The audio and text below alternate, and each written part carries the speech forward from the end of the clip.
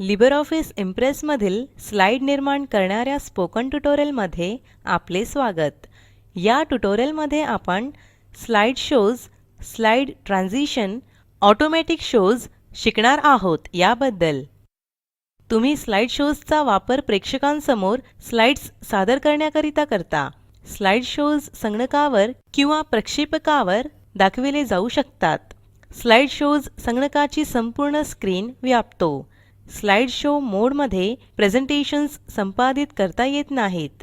Slide show फक्त प्रदर्शित करण्याकरिता आहेत. प्रेझेंटेशन सॅम्पल impress.odp उघडा.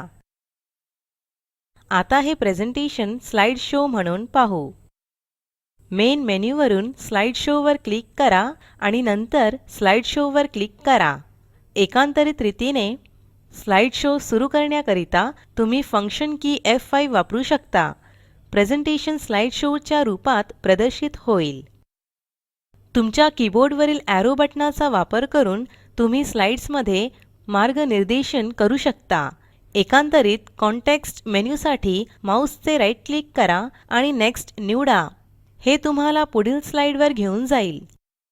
स्लाइड शो च्या बाहेर येण्यास कॉन्टेक्स्ट मेन्यू साठी माउसचे राइट क्लिक करा. येथे एंड शो निवडा.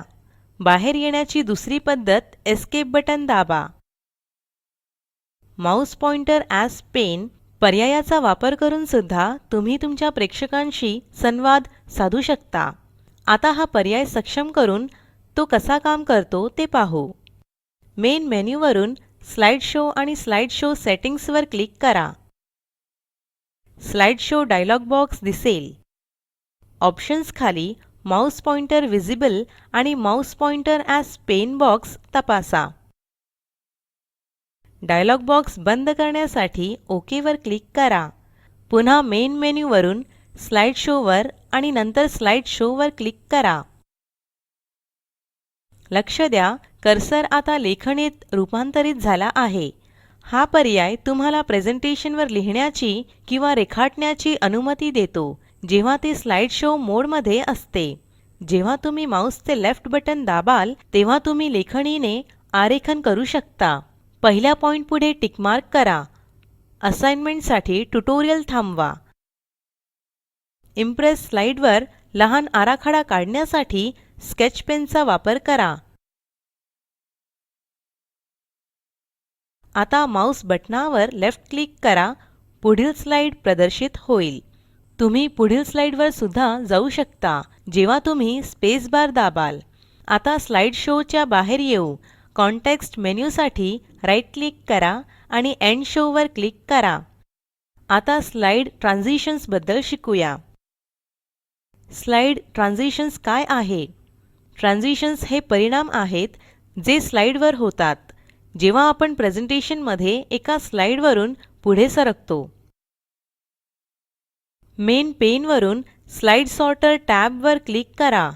प्रेझेंटेशन मधील सर्व स्लाइड्स येथे प्रदर्शित होतील. तुम्ही प्रेझेंटेशन मध्ये सहज स्लाइड्सचा क्रम बदलू शकता. ह्या दृश्यात आता पहिली स्लाइड निवडू. आता डावे बटन दाबा. स्लाइडला 3 आणि 4 या स्लाइड मध्ये ड्रॅग आणि ड्रॉप करा. स्लाइड्सची पूर्ण मांडणी होईल. या क्रियेस अंडू करण्यासाठी Ctrl+Z की दाबा. तुम्ही एकाच वेळी प्रत्येक स्लाइड मध्ये विविध संक्रमण जोडू शकता. स्लाइड सॉर्टर व्ह्यू वरून पहिली स्लाइड निवडा. आता टास्क पेन वरून स्लाइड ट्रान्झिशन्स वर क्लिक करा. अप्लाय टू सिलेक्टेड स्लाइड्स खाली स्क्रोल करा आणि वाइप अप निवडा. लक्ष द्या, संक्रमण परिणाम मेन पेन प्रदर्शित झाला आहे. स्पीड ड्रॉप डाउन मेनू मधून पर्याय निवडून तुम्ही संक्रमण गती नियंत्रित करू शकता. मॉडिफाय ट्रान्झिशन्स खाली स्पीड ड्रॉप डाउन बॉक्स वर क्लिक करा. मीडियम वर क्लिक करा. आता संक्रमणास आवाज बसवूया. मॉडिफाय ट्रान्झिशन्स खाली स्पीड ड्रॉप डाउन बॉक्स वर क्लिक करा.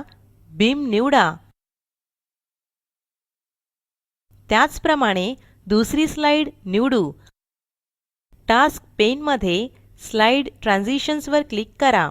अप्लाय टू सिलेक्टेड स्लाइड्स खाली व्हील क्लॉकवाईज 4 स्पोक्स निवडा.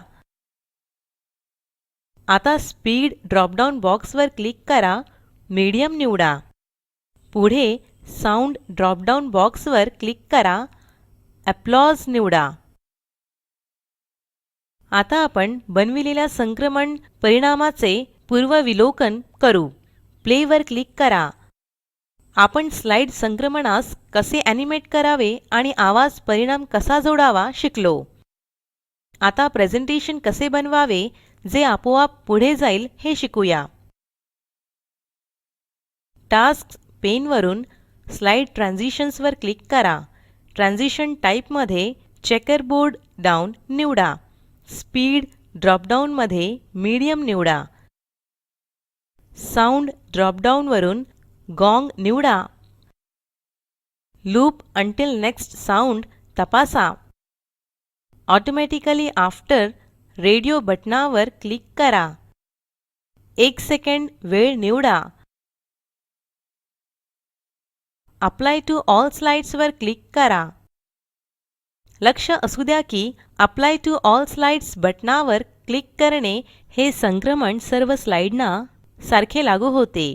या मार्गाने आपल्याला प्रत्येक स्लाइडसाठी स्वतंत्रपणे संक्रमण जोडावे लागत नाही. मेन मेन्यू वरून स्लाइड शो वर क्लिक करा आणि मग स्लाइड शो निवडा. लक्ष असू द्या की स्लाइड आपोआप प्रदर्शित होईल.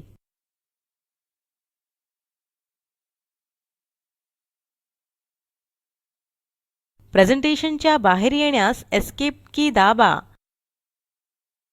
आता आपण शिकूया प्रेझेंटेशन जे स्वयंचलितपणे प्रदर्शित होईल पण प्रत्येक स्लाइडच्या विविध प्रदर्शन वेळेनुसार. हे उपयुक्त आहे जेव्हा प्रेझेंटेशन मधील काही स्लाइड्सचा आशय अधिक लांब किंवा किचकट असतो.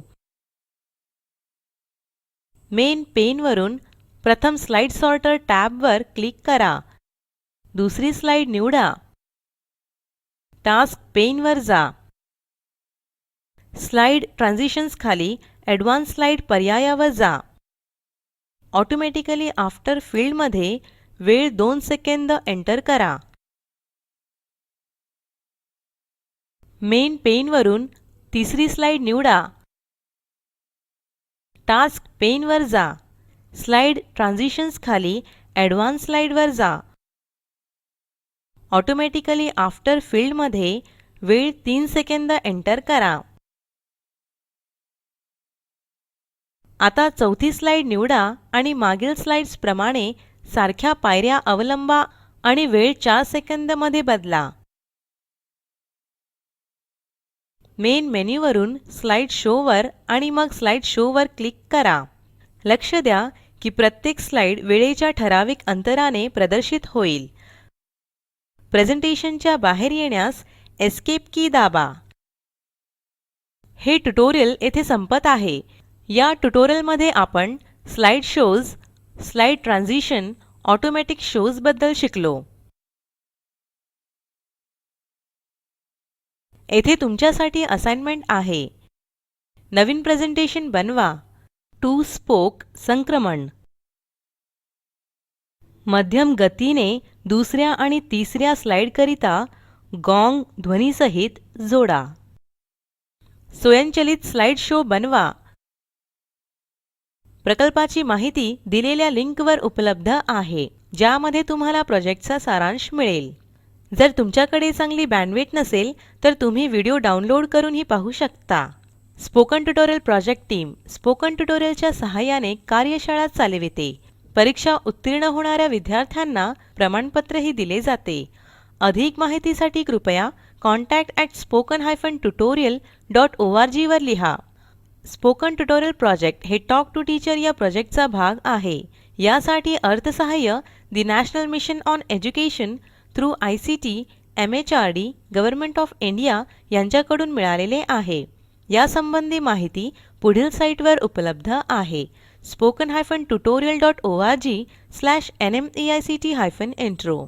या ट्युटोरियलचे भाषांतर सचिन राणे यांनी केले असून आवाज रंजना भांबळे यांचा आहे. सहभागासाठी धन्यवाद.